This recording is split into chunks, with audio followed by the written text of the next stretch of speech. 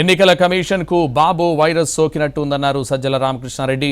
మాచర్లలో Pinnelli EVM ధ్వంసం చేసిన video బయటకు ఎలా వచ్చిందని ప్రశ్నించారు ఆయన. అలాంటి వీడియోలు మిగిలిన ప్రాంతాల్లో జరిగినవి ఎందుకు రిలీజ్ చేయలేదని నిలదీశారు సజ్జల.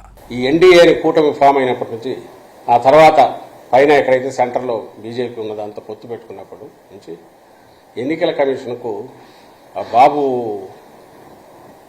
దోమపోట్లాగా బాబు కాటో లేక బాబు వైరస్ ఏదో సోకినట్టుంది, ఇన్ఫెక్షన్ వచ్చిందేమో అని అనిపిస్తుంది.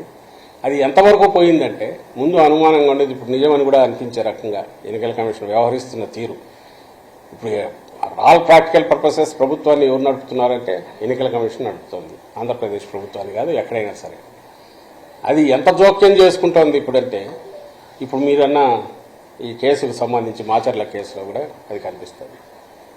అక్కడ ఆ రోజు ఈవీఎం జరిగిన సంఘటన ఏదైతే ఉందో దాని మీద మీరు పోవడానికి అసలు ఆ వీడియో ఎక్కడి నుంచి వచ్చింది దాన్ని లేదు. అలాంటి వీడియోలు మిగిలిన ఎందుకు రిలీజ్ చేయాలంటే వాటిని రిలీజ్ చేయదు ఎలక్షన్ కమిషన్. నువ్వు నిష్పక్షపాతంగా వ్యవహరిస్తున్నావు అంటే ఎక్కడెక్కడ ఈవీఎంలు డ్యామేజ్ అయినా ఉన్నాయో అవన్నీ బయట పెట్టాలి.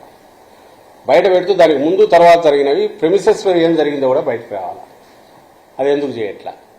ప్లస్ ఆ వీడియో బయటకు వచ్చింది, ఎట్లా వచ్చింది? వీడియో బయటకు వచ్చిందంటే మాకు తెలియదు, సంబంధం లేదనడం కాకుండా ఇమ్మీడియట్ సీరియస్ కేసు పెట్టాలా లేదా?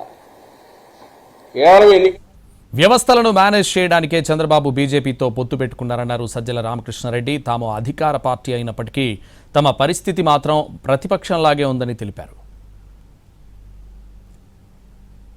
పేరుకు అధికారంలో ఉన్న పార్టీ లాగా ఉంటుంది, అధికారులేమో ఎన్నికల కమిషన్వి. ప్రతి దాన్ని ఏదన్నా నువ్వే అధికారంలో ఉన్నావు కదా అనడానికి, జనమన్నా అనుకోవడానికి ఒక అవకాశం ఉంటుంది. కానీ ఇక్కడ పరిస్థితి చూస్తే మాత్రం అట్లా లేదు. అపోజిషన్లో ఉన్న దానికంటే కూడా ఇంకా అన్యాయంగా తయారైంది. కేవలం వ్యవస్థలను మేనేజ్ చేయగలిగిన లక్షణం, ఆ వ్యవస్థలను మేనేజ్ చేయడంతో ఏది తెలియని ఒక రాజకీయంగా కానీ లేదా ప్రజలతో డీల్ చేస్తే కానీ తెలియని చంద్రబాబు నాయుడు మన కర్మగాలి ఆయన సెంటర్లో ఉన్న పార్టీతో పొత్తు పెట్టుకోవడం, ఆయన పెట్టుకుని దీనికే ఉన్నట్టుంది. అన్ని రకాల అడ్డదారుల్లో ఏమేం చేయొచ్చు, అధికారులను ఎట్లా మేనేజ్ చేయొచ్చు, వ్యవస్థలను ఎట్లా మేనేజ్ చేయొచ్చు, వాళ్ళ ద్వారా వచ్చేయచ్చు.